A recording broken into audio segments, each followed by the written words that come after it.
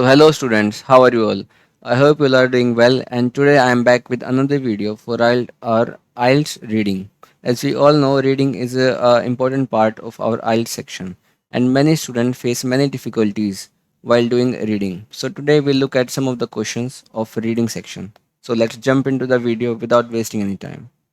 तो ये है हमारा रीडिंग का पैसेज। अब रीडिंग के अंदर हमें मिलता क्या, हमें एक पैसेज मिलता है और पैसेज में से हमें अपने आंसर क्वेश्चंस मिलेंगे, हमें उन क्वेश्चंस को सॉल्व करना है पैसेज में से पढ़ के। अब हमारे सबसे पहले किस तरीके के क्वेश्चन हमें मिले हैं, हमें मिले हैं फिल इन द ब्लैंक्स। तो हम फिल इन द ब्लैंक्स को देखेंगे तो सबसे पहले हमें जो ऊपर नोट किए होने इसको पढ़ना होता है। Complete the summary below, choose your answers from the box at the bottom of the page. यानी कि समरी को अच्छे से पढ़ो, फिर नीचे बॉटम में बॉक्स के अंदर आपको ऑप्शंस गिवन है, उनमें से अपने आंसर इसके अंदर राइट डाउन कर लो 1 to 8 के अंदर। एक और नोट गिवन है, there are more words than spaces so you will not use them all. कि आपके पास जो है वर्ड्स ज़्यादा हैं और स्पेसिस कम है, जो हमारे पास 1 2 3 4 है। तो आप जो है सभी वर्ड्स को यूज़ नहीं करोगे। और दूसरी चीज़, you may use any of the words more than once. आप एक वर्ड को एक से ज़्यादा बार भी यूज़ कर सकते हो। अब हम स्टार्ट करेंगे इसको सॉल्व करना। सबसे पहले हम एक एग्जाम्पल की हो, तो पहले हम एग्जाम्पल को देखेंगे क्या कह रहा है। Primitive societies saw fire as a dash gift. Primitive societies यानी कि वो सोसाइटी जो पहले के समय की हुआ करती थी, उन्होंने फायर जो आग है उसको एक कैसे गिफ्ट के तरीके से देखा, कैसे गिफ्ट के तरीके से माना उन्होंने। अब अगर हम इससे मैच करेंगे, पहले हम इसको रीड करते हैं। The control of fire was the first and perhaps greatest of humanities step towards life enhancing technology to early man. अब देखो यहाँ पे बात हुई थी प्रिमिटिव सोसाइटीज, पहले की सोसाइटीज। अब उन्हीं का इसने सिनोनियम यूज किया है टू अर्ली मैन, यानी कि पहले के लोग फायर को कैसे देखते थे। To early man fire was a divine gift. Fire एक क्या था उनके लिए, बहुत ही दिव्य गिफ्ट था, डिवाइन गिफ्ट था। अब हमें डिवाइन से रिलेटेड एक सिनोनियम देखना है इसके अंदर। अब वो कौन सा है, अगर हम ऑप्शन देखें तो देखो, वो हमारा आंसर इसमें से बनता है हेवनली। तो इसका एग्जाम्पल के अंदर हमारा पहले का आंसर है heavenly. Primitive society saw fire as a heavenly gift. अब हम अपने आंसर सॉल्व करना स्टार्ट करेंगे। अब एक और चीज़, जब ये समरी होती है तो ये समरी हमेशा जो है सीक्वेंस में गिवन होती है। ऐसा नहीं होता कि अगर 1 आपको यहाँ पे मिलेगा तो 2 का आंसर आपको इससे पहले मिलेगा, 2 का आंसर इसके बाद ही मिलेगा, 3 का उसके बाद, 4 का उसके बाद। तो ऐसे सीक्वेंस में इसका आंसर मिलता है, आपको वापस जाने की कोई ज़रूरत नहीं है इसके अंदर। तो सबसे पहले हम देखेंगे क्या कह रहा है। They tried to dash burning logs और चारकोल। तो पहले हमें दे का पता करना है, दे कौन है, कि उन लोगों ने जो है बर्निंग लॉग्स और चारकोल के साथ क्या किया। तो दे को हमें पहले ढूंढेंगे, दे कौन है। आउट देखते हैं। To early man fire was a divine gift and randomly delivered in the form of lightning, forest fire और burning lava. Unable to make fire for themselves the earliest people. अब आगे ना दे कौन आ गया हमारे, दे हो गया हमारे अर्लीस्ट पीपल। ये क्या कहते थे, दे हो गया हमारे कौन, ये अर्लीस्ट पीपल। ये क्या करते थे, probably stored fire by keeping slow burning logs. अब देखो बर्निंग लॉग्स हमारे पास उसमें भी गिवन था और यहाँ पे भी हमारे पास आ गया बर्निंग लॉग्स। तो बर्निंग लॉग्स को वो क्या करते थे, प्रोबेबली स्टोर्ड फायर, तो फायर को क्या स्टोर करके रखते थे। अब स्टोर से रिलेटेड हमें कोई हमारा सिनोनियम मिलेगा उसके अंदर। आओ देखते हैं स्टोर से रिलेटेड हमारा कौन सा सिनोनियम है इसके अंदर। अब देखो पढ़ेंगे हम। Mexicans despite sunlight percussion unaware heating until random preserve preserve.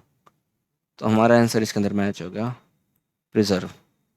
तो अब आंसर आ गया हमारा फर्स्ट का, they tried to preserve burning logs और charcoal.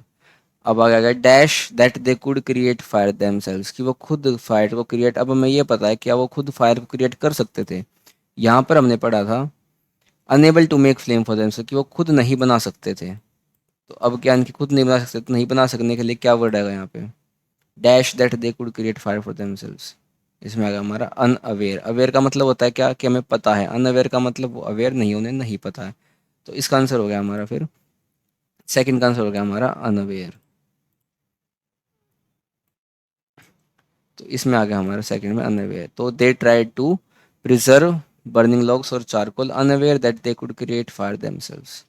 Next, it is suspected that the first man made flames were produced by dash. ये माना जाता है कि जो सबसे पहले इंसान के द्वारा बनाई गई फ्लेम्स जो थी, वर प्रोड्यूस्ड बाय डैश, वो किसके द्वारा बनाई जाती थी, या तो किसी इंसान के द्वारा बनाई जाएगी या किसी और चीज़ के। तो किस चीज़ के द्वारा बनाई गई थी वो चीज़ें। अब इसको रीड आउट करो, अब देखते हैं कहाँ इसका आंसर। इसका आंसर हमें इसके आगे ही मिलेगा।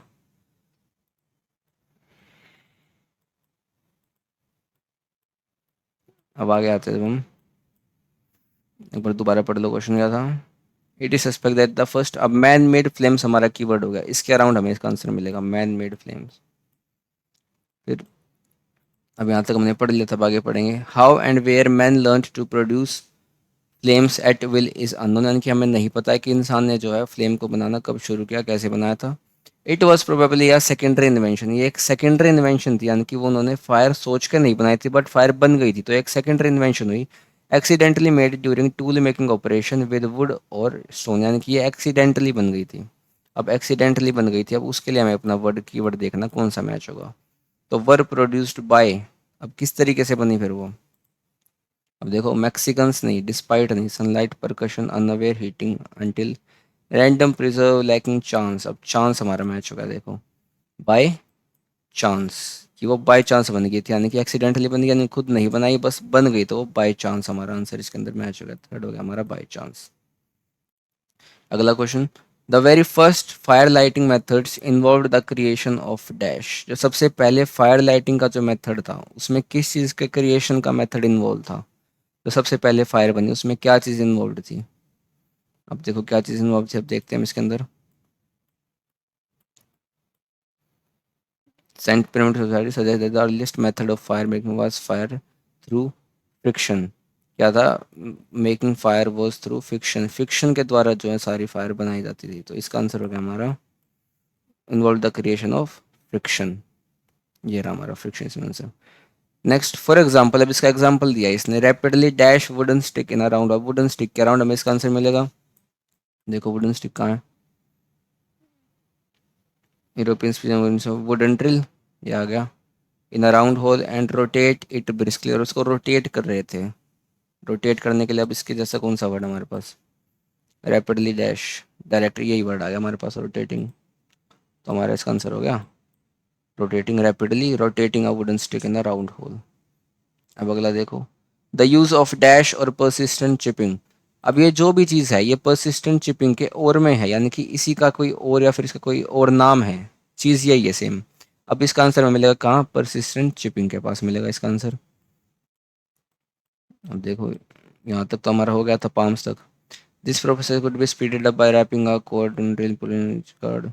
Ancient Greeks used lenses or concave mirrors burning, ठीक है, अब तक नहीं। आप देखो percussion method of fire lighting date back to paleontologic time when some stone age to make discover that chipping flames produce spark। अब देखो चिपिंग आ गया, चिपिंग हमारे पास यहाँ पे भी था, तो यूज ऑफ चिपिंग, अब एक तो चिपिंग है और दूसरी क्या, किस चीज़ का यूज़ हो रहा है, किस मेथड का यूज़ हो रहा है, यहाँ पे हमारे था परकशन मेथड का यूज़ हो रहा था, तो यहाँ पे आएगा हमारा द यूज ऑफ परकशन और परसिस्टेंट चिपिंग, तो हमारा इसका आंसर होगा परकशन। नेक्स्ट, अब देखो was also wide spread in Europe, एक है यूरोप के अंदर भी वाइड स्प्रेड था, among such as Chinese, Chinese के बीच में भी ये चीज़ जो मेथड जो है बहुत फेमस था, और किन लोगों के बीच में बहुत ज़्यादा फेमस था, यानी कि चाइनीज़ के अराउंड हमें इसका आंसर मिलेगा। और दूसरी बात इससे आगे मिलेगा, तो परकशन आया था, अब देखो चाइनीज़ यहाँ भी है, बट हमारे आंसर सीक्वेंस में आएंगे तो हम पीछे नहीं जाएंगे, हम आगे ही पढ़ेंगे। Percussion method of fire lighting date back to Paleolithic times when some Stone Age toolmakers discovered that chipping flames would produce spark. The technique became more efficient after the discovery of fire in about 5000 in North America. The Eskimos produced a slow burning spark by striking it. फिर आगे China, देखो Chinese की बात होगी, Chinese के पास और किसकी बात हुई है, एस्किमोस की बात हुई है, देन हमारा डायरेक्टली इसका आंसर आ गया एस्किमोस, एस्किमोस हो गया हमारा सेवंथ का answer.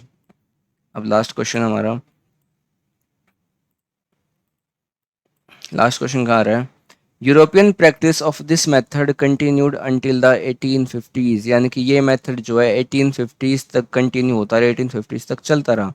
Dash the discoveries of phosphorus some years earlier, phosphorus की डिस्कवरी के बाद भी जो है ये प्रोसेस जो था ये चलता रहा। फास्फोरस की डिस्कवरी कब हुई है, पहले हम ये देखते हैं। In Europe the combination of steel flint and Tinder remain main method, है जो मेन मेथड रहा, ठीक है, हमने वहाँ पे पढ़ा था, इसकी यूज़ होता रहा था कब तक, मिड 19 सेंचुरी तक, ठीक है, 1850 तक, यानी कि मिड 19 सेंचुरी तक ये भी हमें मिल गया, यहाँ तक होता है। अब आगे क्या है, discovery of phosphorus, fire lightning was revolutionized by discovery of phosphorus isolated in 1669। अब क्या कह रहा है कि 1669 में जो है इसकी फास्फोरस की डिस्कवरी हो गई थी। अब फास्फोरस की डिस्कवरी हो गई बट वो फिर भी जो है पहले वाला मेथड यूज़ कर रहे थे, यानी कि हमारे पास एक और नया मेथड आ गया था, बट देन फिर भी वो पहले वाला मेथड यूज़ कर रहे थे। अब यहाँ पे उसके लिए हमारे कनेक्टर आएगा जो इन दोनों कनेक्ट करेगा। अब वो कौन सा है, कनेक्टर्स हैं कौन से इसके अंदर, एक हमारा एक है main despite, despite the discovery of phosphorus, यानी कि इसकी डिस्कवरी होने के बावजूद भी जो है वो पहले वाला मेथड कंटिन्यू होता रहा जल्दी। ओके स्टूडेंट्स, तो ये थे हमारे रीडिंग के कुछ क्वेश्चन जो आज हमने सॉल्व करे। अगर आपको कोई इससे रिलेटेड कोई डाउट्स हो या और भी कुछ आपको क्वेश्चन हो देन कमेंट सेक्शन में भी आप पूछ सकते हो, and will be back again with another video. Till then thank you very much and take care.